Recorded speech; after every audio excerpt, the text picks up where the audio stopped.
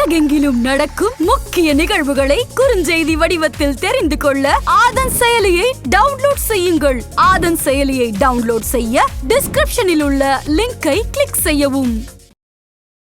ஏன் ஆளுநர் ஆர்.என். ரவியை அவசரமாக பிரதமர் செயலகத்தில் கூப்பிட்டார்கள் என்றால், சில உளவுத்துறை சமாச்சாரம் பற்றி பேசுவதற்காகவும், மணல் கொள்ளை, போதைப் பொருள்கள் அதை பற்றி பிரைம் மினிஸ்டர் நரேந்திர மோடி ஆளுநரிடமிருந்து தெரிந்து கொண்டிருக்கிறார் என்பதுதான் முக்கிய செய்தி. தங்களுடைய கேள்விக்கு ஒரே ஒரு பதில்: ஆளுநர் மாற்றப்பட மாட்டார். அடுத்த வருஷம் ஜனவரி மாசத்துல மு.க. ஸ்டாலின் முதலமைச்சர் அவர்கள் ஒரு இன்வெஸ்டர்ஸ் கான்ஃபரன்ஸ் கூட்டியிருக்கார். அதற்கு பிரைம் மினிஸ்டர் தான் இனாகரேட் பண்ண வரப்போறார். குறைந்தது 4 லட்சம் கோடி ரூபாய் முதலீடு வர வேண்டும் என்று திமுகவினுடைய அரசாங்கத்துடைய போக்கு. அதற்கு தான் சீஃப் மினிஸ்டர் கூட அடுத்த வாரம் ஃபாரின் செல்ல இருக்கிறார். அதனால தமிழக அரசாங்கத்திற்கு மத்திய பாஜக அரசாங்கத்திற்கு சுமூக உறவு இருக்கத்தான் செய்கிறது. ஓ பன்னீர்செல்வம், சசிகலா, டிடிவி தினகரனுக்கு ஆதரவாகத்தான் மத்திய பாஜக செயல்படும். அதான் என்டிஏ கூட்டணியில் இருக்காங்க. இதெல்லாம் வைத்து பார்த்தால் மத்திய பாஜகவினுடைய அணுகுமுறை எடப்பாடி பழனிசாமிக்கு எதிர்வினையாகத்தான் இருக்கும். மத்திய பாஜக அரசு ஆம்ஸ்டாங் விஷயத்தில் மாயாவதி பக்கம்தான் இருக்கும். காரணம், அது உத்தரப்பிரதேச அரசியலையும் பாஜகவிற்கு நன்மை கொடுக்கும். ஆம்ஸ்டாங் கொலை வழக்கில் திமுகவும் சரி, அதிமுகவும் சரி, தமிழ் மாநில காங்கிரசும் சரி, அண்ணா திமுகவும் சரி, சில முக்கிய கட்சிகள் 5-6 கட்சிகளுடைய அந்த கட்ட பஞ்சாயத்தில் இருக்கவங்க எல்லாம் இன்டர்லிங்க்டு. பாத்தீங்கன்னா தெரியுது. இந்த இன்டர்ஸ்டேட் கிரைம் என்றாலே சிபிஐ தானாக வந்துவிடும். கண்டிப்பாக ஆம்ஸ்டாங் கொலை வழக்கு சிபிஐயிடம் தான் செல்லும் என்று ஆணித்தரமாக நாம் சொல்லலாம். உத்தரப்பிரதேசத்தில் ஒரு புது பிரச்சனை வந்திருக்கிறது. காவடி யாத்திரை என்று கொள்ளக்கூடிய இடம் ஒரு 200 கிலோமீட்டர் நீளத்திற்கு காவடி எடுத்துக்கொண்டு போவார்கள். ஜூலை ஆகஸ்டில் தான். அதில் வழியிலே இருக்கக்கூடிய சிற்றுண்டி சாலைகளில் வேண்டுமென்றே சிறுபான்மையர் முஸ்லிம் கடைகள் ஓனர்கள் எல்லாம் சேர்ந்து கொண்டு மாமிசத்தை விற்பதாக ஒரு புது பிரச்சனையை கிளப்பி விட்டிருக்கிறார்கள். அதற்கு யோகி ஆதித்யநாத் ஒரு முற்றுப்புள்ளி வைக்க வேண்டும் என்பதற்காக பாஜகவிற்கு ஒரு தர்ம சங்கடமான நிலைத்தான் மகாராஷ்டிராவில் இருக்கும். எது இருப்பினும் நவம்பர் மாதத்தில் நடக்கக்கூடிய மகாராஷ்டிரா தேர்தல், அசம்பிளி தேர்தல் பாஜகவிற்கு கடினமாக இருக்கும். ஆனால் கண்டிப்பாக ஏக்நாத் ஷிண்டேவை முதலமைச்சராக முன்மொழிவார்கள் பாஜகவினர் என்று தான் தெரிகிறது. ஆதன் நேயர்களுக்கு அன்பு வணக்கம். இன்றைய சிறப்பு நேர்காணலில் நம்முடன் இணைந்திருக்கிறார் மூத்த பத்திரிகையாளர் டெல்லி ராஜகோபாலன் அவர்கள். வணக்கம் சார். நமஸ்காரம் வினோத். நமஸ்காரம். தமிழக ஆளுநர் ஆர்.என். ரவியோடைய டெல்லி வருகை பரபரப்பாக பேசப்பட்டது. இதுக்கு பின்னாடி என்னென்ன இருக்கு? குறிப்பா அவர் உள்துறை அமைச்சர் அமித்ஷா அவர்களை சந்தித்து ரிப்போர்ட்ஸையும் பகிர்ந்திருக்கிறார் அப்படிங்கிற மாதிரியான தகவல் எல்லாம் வந்துட்டு இருக்கு. இது ஒரு பக்கம். இன்னொரு பக்கம் ஆளுநர் மாற்றப்படுவாரா அப்படிங்கிற ஒரு கேள்வியும் எழுந்திருக்கு. இது பத்தி டெல்லி வட்டாரங்களை பேசப்படக்கூடிய விஷயங்கள் என்ன? ஆளுநர் மாற்றப்பட மாட்டார். காரணம், 2026 சட்டமன்ற தேர்தல் வரையில் ஆளுநருடைய நேர்மை, ஆளுமை, அதிகாரம் மத்திய அரசாங்கத்திற்கு திராவிட முன்னேற்ற கழகத்தை எதிர்த்து ஆள்கொட வேண்டிய சூழ்நிலை. அந்த பின்னணியில் பார்த்தால் அவர் மாற்றப்பட மாட்டார் என்பதுதான் பலருடைய கருத்து. டெல்லியில் இருக்கக்கூடிய உயர்மட்ட அதிகார வர்க்கத்திற்கு கருத்து. காரணம், பிரைம் மினிஸ்டர் எந்த கவர்னரையும் ஈஸியா பார்க்கறது கிடையாது வினோத். செலக்டிவா தான் பார்ப்பார் governor. Prime minister governor sir. இன்று சிக்கிம் கவர்னரை பார்த்திருக்கிறார். பின்னணியில் பார்த்தால் நேற்று முன்தினம் ஏன் ஆளுநர் ஆர்.என். ரவியை அவசரமாக பிரதமர் செயலகத்தில் கூப்பிட்டார்கள் என்றால், சில உளவுத்துறை சமாச்சாரம் பற்றி பேசுவதற்காகவும், நேஷனல் இன்வெஸ்டிகேட்டிங் ஏஜென்சியினுடைய தமிழகத்தில் இருக்கக்கூடிய பிரிவின் ஒரு சாராம்சம் எப்படி தமிழகத்தில் மத மாற்றம், தீவிரவாதிகள் புகலிடம் என்றெல்லாம் இருக்கிறது. அதையும் தவிர பிரதமர் 2024 லோக்சபா தேர்தலில் பேசும் பொழுது 3-4 முக்கிய குறிப்புகளை குறிப்பிட்டார். அதில் ஒன்று மணல் கொள்ளை, போதைப் பொருள்கள் என்று. அதை பற்றி பிரைம் மினிஸ்டர் நரேந்திர மோடி ஆளுநரிடமிருந்து தெரிந்து கொண்டிருக்கிறார் என்பதுதான் முக்கிய செய்தி. தங்களுடைய கேள்விக்கு ஒரே ஒரு பதில்: அவர் மாற்றப்பட மாட்டார். எப்படி வி. நாராயணசுவாமியை புதுச்சேரியிலிருந்து ஓட அம்மையார் கிரண்பேடி விரட்டினாரோ, அதே மாதிரி இனி வர நாட்களில் கண்டிப்பாக மீண்டும் ஆர்.என். ரவி ஒரு பிரச்சனையை உருவாக்குவார். ஆர்.என். ரவி கையெழுத்து இல்லாமல் எதுவுமே நடக்காது. இன்க்ளூடிங் ஒரு பதவி உயர்வு உதயநிதிக்கு வேண்டும் என்றால் ஆளுநருடைய கையொப்பம் தேவை. அதற்காக ஆளுநர் எதையும் செய்ய தயாராக இருப்பார் இனி வரக்கூடிய 2 ஆண்டுகளில் என்பதுதான் டெல்லியில் இருக்கக்கூடிய பரபரப்பான செய்தி. இதுல நம்ம ரவி அவர்கள் இப்போ தொடர்ச்சியா சமீப காலமா வந்து தமிழக அரசு அனுப்பக்கூடிய சில தீர்மானங்களுக்கு உடனடியா வந்து ஒப்புதல் அளிக்கிறார் அப்படிங்கிற விஷயத்தையும் பார்க்கணும். ரொம்ப ரீசெண்டா ஒரு 2 மசோதாக்களுக்கு வந்து ஒரு ஆளுநர் ஒப்புதல் அளித்திருந்தார். ஸோ இதன் மூலியமா வந்து இப்போ நெருக்கடி வந்து ஒரு தருவார்கள் அப்படின்னா கூட ஒரு ஒரு சுமூகமான ஒரு போக்கை ஆளுநர் விரும்புகிறாரா இந்த அரசோட, இல்ல மத்திய அரசு விரும்புகிறதா அப்படிங்கிற ஒரு கேள்வியும் இது சேர்த்து வந்து எழுப்புது அப்படிங்கிறதையும் பாக்குறோம். இதுல உங்களுடைய டேக் என்ன சார்? கண்டிப்பாக நரேந்திர மோடி அரசு என்பது அரசு டு அரசு, தமிழக அரசாங்கத்திற்கும் திராவிட முன்னேற்ற கழக அரசாங்கத்திற்கும் மத்திய பாஜக அரசாங்கத்திற்கு சுமூக உறவு இருக்கத்தான் செய்கிறது, இல்லை என்று சொல்லவில்லை. அடிக்கடி எல்லா விஷயங்களையும் பரிமாறி கொண்டிருக்கிறார்கள் அதிகார வட்டத்தில், குறிப்பாக உளவுத்துறை வட்டாரத்தில், அதிகார வட்டாரத்தில் என்றெல்லாம் சொல்லலாம். இருப்பினும் டீம் இந்தியா எஃபர்ட்ஸ் என்று நரேந்திர மோடி சொல்லுகிறாரே, காம்படிட்டிவ் ஃபெடரல் கோஆபரேஷன் எல்லாம் தேவை என்று போட்டி போட்டுக்கொண்டு மாநில சுயாட்சி என்றதை விட ஒரு படி மேலே சென்று நரேந்திர மோடி அவர் சொல்லுகிறார், ஒவ்வொரு மாநிலங்களும் அந்நிய செலாவணியை பற்றியும் அந்நிய முதலீடு பற்றியும் போட்டி போட்டுக்கொண்டு செய்யுங்கள், மத்திய அரசாங்கம் உதவி செய்யும் என்று நாடாளுமன்றத்தில் கூட நரேந்திர மோடி பேசியிருக்கிறார். அந்த ரீதியில் பார்த்தால் தமிழக அரசாங்கத்திற்கும் திராவிட முன்னேற்ற கழக அரசாங்கம் மத்திய அரசாங்கத்துடன் நன்றாகத்தான் இருக்கிறது உறவு. அதை விட்டுங்க, இப்போ அடுத்த வருஷம் ஜனவரி மாசத்துல மு.க. ஸ்டாலின் முதலமைச்சர் அவர்கள் அகில உலக ஒரு இன்வெஸ்டர்ஸ் கான்ஃபரன்ஸ் கூட்டியிருக்கார், குளோபல் சமிட். அதற்கு பிரைம் மினிஸ்டர் தான் இனாகரேட் பண்ண வரப்போறார் ஜனவரி மாதத்தில் 2025ஆம் வருடம். குறைந்தது 4 லட்சம் கோடி ரூபாய் முதலீடு வர வேண்டும் என்று திமுகவினுடைய அரசாங்கத்துடைய போக்கு. அதற்காகத்தான் பல முயற்சிகளை அந்நிய நாடு, அதற்காகத்தான் சீஃப் மினிஸ்டர் கூட அடுத்த வாரம் ஃபாரின் செல்ல இருக்கிறார். இதையெல்லாம் வைத்து பார்த்தால் சுமூகம் இருக்கிறது. அதனால திமுகவுக்கும் பாஜகவும் உறவு வந்துவிடும் என்று தாங்கள் கருத வேண்டாம். சோ இது வந்து ஒரு 2 அரசுகளுக்கு இடையான ஒரு உறவு தானே தவிர வந்து 2 கட்சிகள் அதுக்கப்புறம் வந்து ஒரு அரசியல் ரீதியான ஒரு நல்ல உறவு, ஒரு கூட்டணிக்கு மலரும் அந்த மாதிரி விஷயங்கள் தான் நம்ம சொல்ல முடியாது. அந்த மாதிரி இருக்கவே இருக்காது. திமுக என்பது பாஜகவோட எதிரி நம்பர் 1. சார், இதுல இன்னும் அடுத்த கட்டமா தமிழகத்துல பொறுத்தவரை அதிமுகல ஒரு சலசலப்பு. இது வந்து நம்ம ஏற்கனவே போன வீடியோலயும் பேசியிருந்தோம். இந்த வீடியோல நம்ம பேசுவதற்கான முக்கியமான காரணம் சசிகலா அவர்கள். அவர் வந்து அவருடைய அந்த பயணத்தை வந்து தொடங்கி இருக்காரு ஒரு பக்கம். இன்னொரு பக்கம் வந்து அதிமுகவுடைய முன்னாள் அமைச்சர்கள் அவங்க எல்லாமே வந்து எடப்பாடி அவர்களுக்கு நெருக்கடி கொடுத்து வராங்க. அதையும் நம்ம ஒரு பக்கம் பாக்குறோம். இப்ப இந்த 2 விஷயத்திலுமே டெல்லி வந்து என்ன மாதிரியான ஒரு அணுகுமுறை எடுக்க போகுது? ஏன்னா வந்து இதுக்கு முன்பாக நடந்த சண்டையிலையும் டெல்லி ஒரு அணுகுமுறை எடுத்தது. இந்த விஷயத்துல டெல்லி எந்த மாதிரியான ஒரு அணுகுமுறையை எடுத்தது? மத்திய பாஜக கட்சியை பொறுத்தமட்டில் தமிழகத்திற்கு முதல் இடம் தர வேண்டும் என்பதுதான். அரசாங்க ரீதியாக பார்த்தால் பிரதமர் நரேந்திர மோடி அடுத்த மாதம் சென்னை வர இருக்கிறார், மதுரை ஒரு மெட்ரோ ரயில் நிலையத்தை திறப்பதற்காக. அதையும் தவிர மத்திய பாஜக கட்சி ஜே.பி. நட்டா அவர்கள் நரேந்திர மோடியுடன் பேசி கலந்துரையாடிய பிறகு, அமித்ஷாவுடன் பேசி கலந்துரையாடிய பிறகு 3-4 திட்டங்களை அவர்கள் போட்டிருக்கிறார்கள். மகாராஷ்டிரா, ஹரியானா, ஜார்க்கண்ட் தான் அவர்களுக்கு முக்கியம் கட்சி ரீதியாக. அதை தவிர 2026 ஏப்ரல் மே மாதத்தில் தான் தமிழக சட்டசபைக்கு தேர்தல் வர இருக்கிறது. அது மட்டும் இந்த பிரச்சனையை வளர விடுவார்கள்.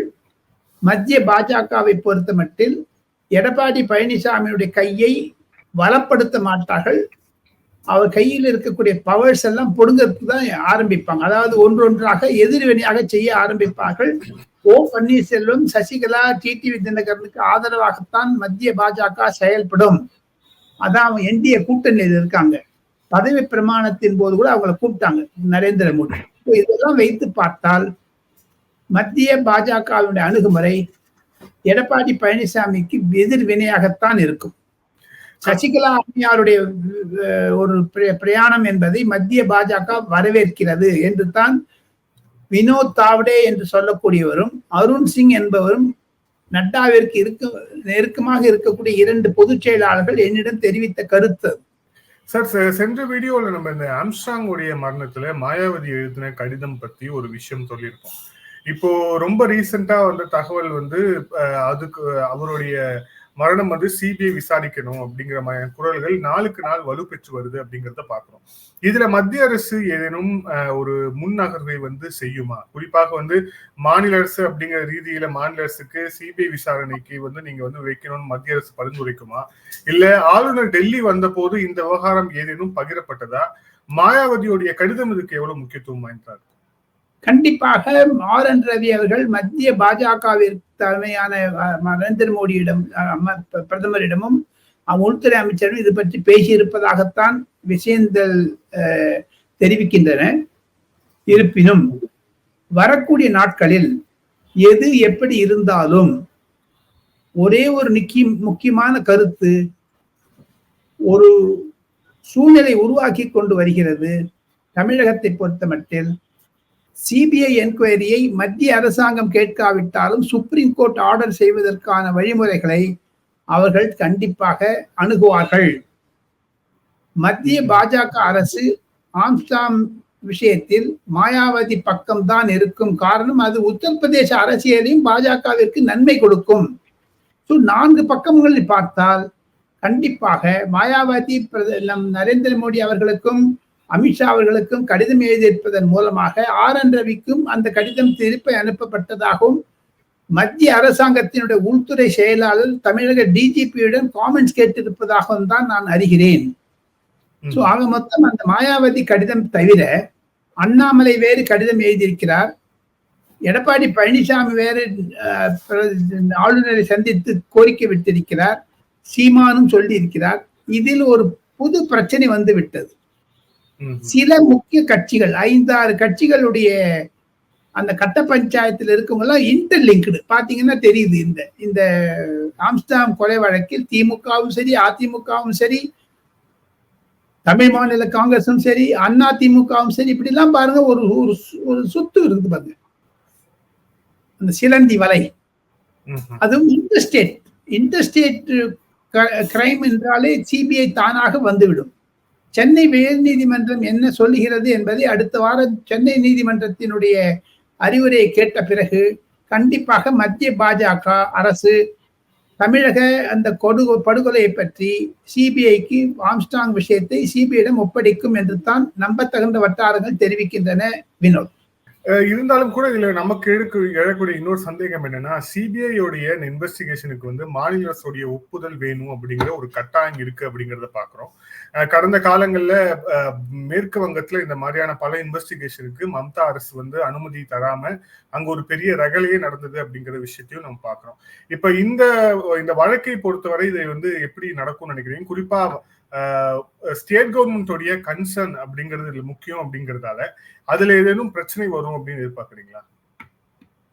உச்ச நீதிமன்றமும் தமிழக நீதிமன்றமும் தலைமை நீதிமன்றமும் ஹைகோர்ட்டோ சுப்ரீம் கோர்ட்டோ சிபிஐ என்கொயரி சொன்னாங்கன்னா தமிழக அரசாங்கம் எதிர்க்க முடியாது. அதை தானாகவே அனுமதி தர மாட்டார்கள். சிபிஐக்கு பிளாங்க் அண்ட் பர்மிஷன் கிடையாது தமிழகத்தை பொறுத்த மட்டும். ஆனால் உச்ச நீதிமன்றம் சொன்னால் முதலமைச்சருக்கு வேறு வழி இல்லாமல் இதை சிபிஐ தான் ஒப்படைக்க வேண்டிய சூழ்நிலை வரும். மேற்கு வங்காளத்தில் இருக்கக்கூடிய மம்தா பானர்ஜியினுடைய அணுகுமுறை என்பது டாட் பூட். ஆனால் அதே மாதிரி அணுகுமுறையை மு.க. ஸ்டாலின் இதுவரைக்கும் மத்திய அரசாங்கத்திற்கு மோதும்படியான ஒரு நிலைமையை சிபிஐ பற்றி எடுத்தது கிடையாது. இந்த மாதிரியான ஒரு அன்றுணி இப்ப பாருங்க, மம்தா பானர்ஜின்னு எடுத்தேன் கழுத்தேன்னு பண்ணுவாங்க. அந்த வேகத்துல நம்ம தமிழக முதலமைச்சர் செய்தது கிடையாது. சிபிஐ மத்திய அரசாங்கம் வேண்டும் என்றால் அது உச்ச நீதிமன்றம் கொடுத்தால் சரி என்று சொல்லிவிடுவார் மு.க. ஸ்டாலின். அந்த ரீதியில பார்த்தால் கண்டிப்பாக ஆம்ஸ்டாங் கொலை வழக்கு சிபிஐயிடம் தான் செல்லும் என்று ஆணித்தரமாக நாம் சொல்லலாம். அதில் 5-6 கட்சிகள் உள்பட்டு இருக்கின்றன. 2-3 மாநிலங்கள் இருக்கின்றன. ஆந்திராவில தான் போய் அரெஸ்ட் பண்ணியிருக்காங்க. சரி, இதெல்லாம் பாத்தீங்கன்னா ஒரு இன்டர் ஸ்டேட் கனெக்ஷன் இருக்கிறதுனால இன்டர்ஸ்டேட் கிரைமை ஓவர்சீஸ் பண்ணணும்னா அது சிபிஐ தான் பண்ண முடியும். ஓகே சார், இதுல இன்னொரு முக்கியமான விஷயம் சொன்னீங்க, சட்டமன்ற தேர்தல், குறிப்பாக ஹரியானா, மகாராஷ்டிரா சட்டமன்ற தேர்தல், அது வந்து பாஜகவுக்கு எவ்வளவு முக்கியம் அப்படிங்கறது சொன்னீங்க. ஆனா அதுக்கு முன்பாக தற்போது வந்துட்டு இருக்கக்கூடிய செய்தி வந்து உத்தரப்பிரதேசத்துல யோகி ஆதித்யநாத்துக்கும் துணை முதலமைச்சர் மௌரியாவுக்கும் இடையே நடக்கக்கூடிய ஒரு அரசியல் வந்து பிரச்சனை வந்து ஒரு பூதாகரமாக பேசப்படக்கூடிய விஷயமா இருக்குது. டெய்லி நியூஸ் பேப்பர்ஸ் இதை பத்தி ரிப்போர்ட் பண்ணிட்டு இருக்காங்க அப்படிங்கிறத பார்க்கணும். உத்தரப்பிரதேச பாஜகவில் என்ன நடக்கிறது, இதுக்கு யார் முற்றுப்புள்ளி வைக்க போறா, இது வந்து வரக்கூடிய இந்த பை எலெக்ஷன்ல வந்து ஏதேனும் ஒரு தாக்கத்தை ஏற்படுத்துமா, என்ன செய்ய போது டெல்லி பாஜக தலைமை? உத்தரப்பிரதேசத்தில் இருக்கக்கூடிய கலைவரம் கண்டிப்பாக அது ஒரு பனிப்போர். முதலமைச்சருக்கும் துணை முதலமைச்சருக்கும் இருக்கக்கூடிய ஒரு நிழற் சண்டை. கண்டிப்பாக உத்தரப்பிரதேசத்தில் பாஜகவில் குளறுபடிகள் அதிகமாக இருக்கின்றன. பாஜகவிற்கு ஆதரவாக இருக்கக்கூடிய அப்னாதல், நிஷான் பார்ட்டி என்ற அலையன்ஸ் பார்ட்னர்ஸ் அவங்க கூட சண்டை போட ஆரம்பிச்சிட்டாங்க யோகி ஆதித்யநாத்துடன். யோகி ஆதித்யநாத் மேற்குடி ஒரு தாக்கூர் குடும்பத்திலிருந்து வருபவர், மேற்குடி குடும்பத்தில் வந்து. ஆனால் ஓபிசி என்று தன்னுடைய ஓபிசி கார்டை பிளே பண்ணக்கூடிய கேசவ் பிரசாத் மௌரியா என்ற துணை முதலமைச்சர் கண்டிப்பாக உத்தரப்பிரதேசத்தினுடைய கட்சியினுடைய தலைவராக நியமிக்கப்படலாம் என்று தான் டெல்லி வட்டாரங்கள் தெரிவிக்கின்றன. எது இருப்பினும் உத்தரப்பிரதேசத்தில் அடுத்த மாதம் 10 ஸ்டேட் அசம்பிளி எலெக்ஷன் நடப்போகுது. 5 ஏற்கனவே சமாஜ்வாதி பார்ட்டி வச்சுட்டு இருக்காங்க, 5 பாஜகவிடம் இருக்கிறது. முதலமைச்சருக்கு முழு அதிகாரம் தந்துவிட்டார் ஜே.பி. நட்டாவும் பிரதமரும் அமித்ஷாவும். அந்த 10 இடங்களில் எப்படி விக்கிரவாண்டி தேர்தலில் 8-10 அமைச்சர்களை முதலமைச்சர் மு.க. ஸ்டாலினும் சரி, உதயநிதி ஸ்டாலினும் சரி போட்டி போட்டுக்கொண்டு 56,000 ஓட்டு வித்தியாசத்தில் வெற்றி அடைய வைத்தார்களோ திமுக வேட்பாளரை, அதே மாதிரி உத்தரப்பிரதேசத்திலும் யோகி ஆதித்யநாத் தனக்கு ஆப்த மந்திரிகளை விக்கிரவாண்டி மூலமாக அந்த 10 அசம்பிளி தொகுதிகளுக்கும் அனுப்பிவிட்டார். அவர் தேர்தலில் வெற்றி பெற்றால் அவர் தொடர்ந்து நீடிப்பார், இல்லை என்றால் யோகி ஆதித்யநாத்தினுடைய எதிர்காலம் கண்டிப்பாக இருள்மயமாகத்தான் இருக்கிறது. அதில் RSSக்கும் பிஜேபிக்கும் யோகி ஆதித்யநாத்திற்கும் சண்டை இருந்தாலும், யோகி ஆதித்யநாத் RSS கிடையாதுங்க, அவர் கோரக்பூர் வந்தவருங்க. அவருக்கு நல்ல ஹிந்துத்துவா பேக்ரவுண்ட் இருக்குதே தவிர அவர் he is not from RSS. இருப்பினும் கடந்த 2-3 நாட்களாக உத்தரப்பிரதேசத்தில் ஒரு புது பிரச்சனை வந்திருக்கிறது. காவடி யாத்திரை என்று கொள்ளக்கூடிய இடம் ஒரு 200 கிலோமீட்டர் நீளத்திற்கு காவடி எடுத்துக்கொண்டு போவார்கள். அதுவும் இந்த சமயத்தில் தான், ஆடி மாசத்தில் தான், அதுவும் ஜூலை ஆகஸ்டில் தான், மழைக்காலம் வருவதற்கு முன்பாக, மழைக்காலம் முடிவதற்கு முன்பாக இந்த யாத்திரை 15 நாட்கள் நடக்கும். அதில் வழியிலே இருக்கக்கூடிய சிற்றுண்டி சாலைகளில் வேண்டுமென்றே மாமிச பொருட்களை விற்பதாக ஒரு புது பிரச்சனையை கிளப்பி விட்டிருக்கிறார்கள். அந்த ஒரு கவர்மெண்ட் ஆஃப் உத்தரப்பிரதேசம் ஒரு ரூல் போட்டிருக்காங்க. இந்த காவிரி யாத்திரை, காவடி யாத்திரை, காவடி தள்ள தூக்கிட்டு தோல்ல தூக்கிட்டு நம்ம ஊர்ல கோவிலுக்கு எல்லாம் போவாங்க. அதே மாதிரி இங்கே நார்த் இந்தியாவில இருக்குதுங்க. அதுக்கு யோகி ஆதித்யநாத் ஒரு முற்றுப்புள்ளி வைக்க வேண்டும் என்பதற்காக அந்த காவடி யாத்திரை எந்தெந்தெல்லாம் போகுதோ அந்த ரோட்ல எல்லாம் சிறுபான்மையர் முஸ்லிம் கடைகள் ஓனர்கள் எல்லாம் சேர்ந்து கொண்டு மாமிசத்தை விற்கிறார்கள். இனி அந்த ஹோட்டலில் இருக்கக்கூடிய நிறுவனர் பெயரும் சர்வர் சமையல்களை தாழ்த்து, அதாவது சப்பாத்தி ரொட்டி பண்றவங்க பேரெல்லாம் கூட அந்த நோட்டீஸ் போர்டில் ஒட்டணும்னு புது ஆர்டர் ஒன்று போட்டார். அதனால அகிலேஷ் யாதவும் சரி, முஸ்லீம் சம்பந்தப்பட்டவர்கள் அதுக்கு எதிர்த்து இருக்கிறார்கள். காரணம், வேண்டுமென்றே முஸ்லிம் சமுதாயத்தினர் மாமிசத்தை தருகிறார்கள் என்ற ஒரு குற்றச்சாட்டு இருக்கிறது. இது ஒரு புது பிரச்சனை உத்தரப்பிரதேசத்தில் கிளம்பி இருக்கிறது. இதையும் எப்படி யோகி ஆதித்யநாத் சமாளிக்க போகிறார் என்று தெரியவில்லை.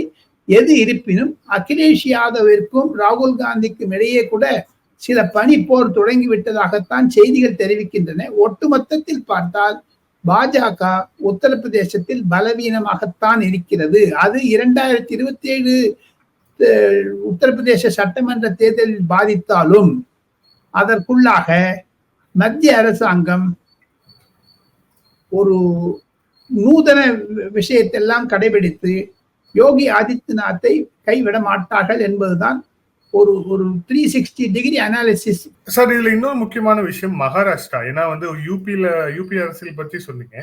மகாராஷ்டிராலையும் மிகப்பெரிய சவால் பாஜகவுக்கு காத்து இருக்கிறது அப்படின்னு தான் தகவல் வந்து கொண்டிருக்கு. மகாராஷ்டிரால வரக்கூடிய சட்டமன்ற தேர்தலில் என்ன மாதிரியான அணுகுமுறையை பாஜக தலைமை மேற்கொள்ள இருக்கிறது? மிக குறிப்பாக சிவசேனாவை மீண்டும் ஒன்றிணைப்பது, அஜித் பவார் வந்து எக்ஸ்பெல் பண்றதுன்னு சொல்லி நிறைய விஷயங்களை வந்து தொடர்ச்சியாக அரசியல் விமர்சகர்கள் எழுதிட்டு இருக்காங்க அப்படிங்கிறத பாக்குறோம். இந்த மாதிரியான விஷயங்கள் நடக்கிறதுக்கான வாய்ப்பு அப்படிங்கிறது இருக்கா? மகாராஷ்டிரா தேர்தல் என்றால் அது பாஜகவிற்கு மிக மிக கடினமான தேர்தல். பாஜகவினுடைய வாக்கு வங்கி குறைந்து வருகிறது. RSS பத்திரிகைகளான பாஞ்சசன்யா, ஆர்கனைசர் போன்ற கட்சி பத்திரிகைகள் கூட அஜித் பவாரை சேர்த்து கொண்டது, பழைய காங்கிரஸ்காரர்களை எல்லாம் சேர்த்து கொண்டு பாஜகவினுடைய முக்கிய தலைவர்களுக்கு நடுரோட்டில் விட்டது, அவர்களுக்கு முக்கியத்துவம் தராமல் இருப்பதை பற்றி எல்லாம் கட்டுரைகள் விமர்சித்திருப்பதும், சரத்பவார் பாரமதியில் வென்றதும், அஜித் பவாரிடம் இருந்து 20-30 சீனியர் தலைவர்கள் அஜித் பவாரை விட்டுவிட்டு மீண்டும் சரத்பவார் பக்கம் சென்றதும், இதையெல்லாம் வைத்து பார்த்தால் பாஜகவிற்கு ஒரு தர்ம சங்கடமான நிலைத்தான் மகாராஷ்டிராவில் இருக்கும். எது இருப்பினும் ஒரு நூதனமான ஒரு நியூ ஆங்கிள், அந்த ஒரு கோணத்தை நான் நாதன் தொலைக்காட்சி நேயர்களுக்கு சொல்லிக்கொள்ள ஆசைப்படுகிறேன். மகாராஷ்டிராவில வினோத் 8 to 10%, மகாராஷ்டிரால 35 டிஸ்ட்ரிக்ட் இருக்கிறது.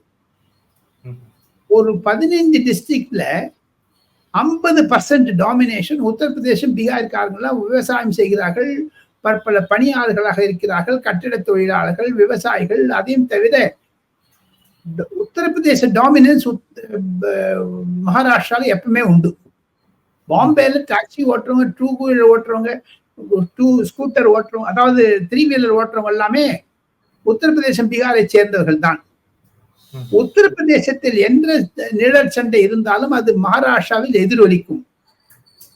இந்த உத்தரப்பிரதேசத்தில் யோகி ஆதித்யநாத்துக்கு எதிராக இருப்பதும், தேஜஸ்வி யாதவை இந்தி கூட்டணியில் ஒரு பிரச்சனை இருப்பதும், பீகார், உத்தரப்பிரதேசம் லாலு பிரசாத்தினுடைய ஒரு தாக்கம், அவருடைய ஒரு ஆதிக்கம் மகாராஷ்டிராவில், பாம்பேயில் அதிகமாக இருக்கும்.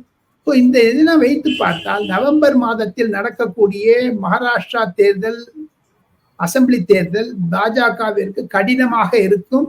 ஆனால் என்னுடைய கருத்து, கண்டிப்பாக ஏக்நாத் ஷிண்டேவை முதலமைச்சராக முன்மொழிவார்கள் பாஜகவினர் என்று தான் தெரிகிறது. அவருடைய ஒரு வெற்றி வாய்ப்பு என்பது 52-48% தான் முடியும். டக் ஆஃப் வார் நிறைய இருக்கும் என்று தான் சொல்லுகிறார்கள். அதுதான் அடிப்படை ஒரு தத்துவங்கள். நான் ஒரு தனியார் ஆங்கில தொலைக்காட்சிக்கு ஆலோசகராக இருப்பதனால் எங்களுக்கு வரக்கூடிய டேட்டா கூட அதுதான் சொல்லுகிறது. எப்படி தமிழகத்தில் இன்று நாம் இருவரும் பேசிக் கொண்டிருக்கக்கூடிய இதே சமயத்தில் வினோத், தமிழகத்திலும் இதே மாதிரி 35-40 மாவட்டங்கள் இருக்கின்றன. தங்களுக்கே தெரியும், திருநெல்வேலி, தஞ்சாவூர், மதுரை மற்றும் திருப்பூர் போன்ற இடங்களில் வட இந்தியர் ஆதிக்கம் என்பது 10% மேல போயிடுச்சு. அது சென்னையிலே பாத்தீங்கன்னா ஒரு 25% இருக்காங்க. எந்த ஜவுளி கடையா இருந்தாலும் சரி, இல்ல ஹோட்டல் இண்டஸ்ட்ரியா இருந்தாலும் சரி, ஹாஸ்பிட்டாலிட்டி செக்டரா இருந்தாலும் சரி, விவசாயம் செய்வதற்கு சர்தாரிகளே வராங்க தமிழகத்திற்கு. அது ஒரு புது ட்ரெண்ட். அதற்கு திராவிட மாடல் என்று சொல்லக்கூடிய மு.க. ஸ்டாலினும் சரி, எடப்பாடி பழனிசாமி, அம்மையார் ஜெயலலிதா, ஐயா கருணாநிதி போன்றவர்கள் கூட செய்து வைத்த தவறு அது. அந்த விஷயத்தில் பார்த்தால் மகாராஷ்டிரா பத்தி நம்ம ஏன் அவ்வளவு வர்ணனை சொல்ல வேண்டும்? தமிழகத்திலே அந்த பிரச்சனையை மு.க. ஸ்டாலினுக்கு எதிர்நோக்க வேண்டி இருக்கும். அடுத்த ஒரு 4-5 வருடங்களில் ஒரு 5 MLA நார்த் இந்தியன்ஸ் வருவாங்க, பார்த்துட்டே இருங்க. நன்றி சார், பல்வேறு தகவல்கள். Thank you sir, thank you so much.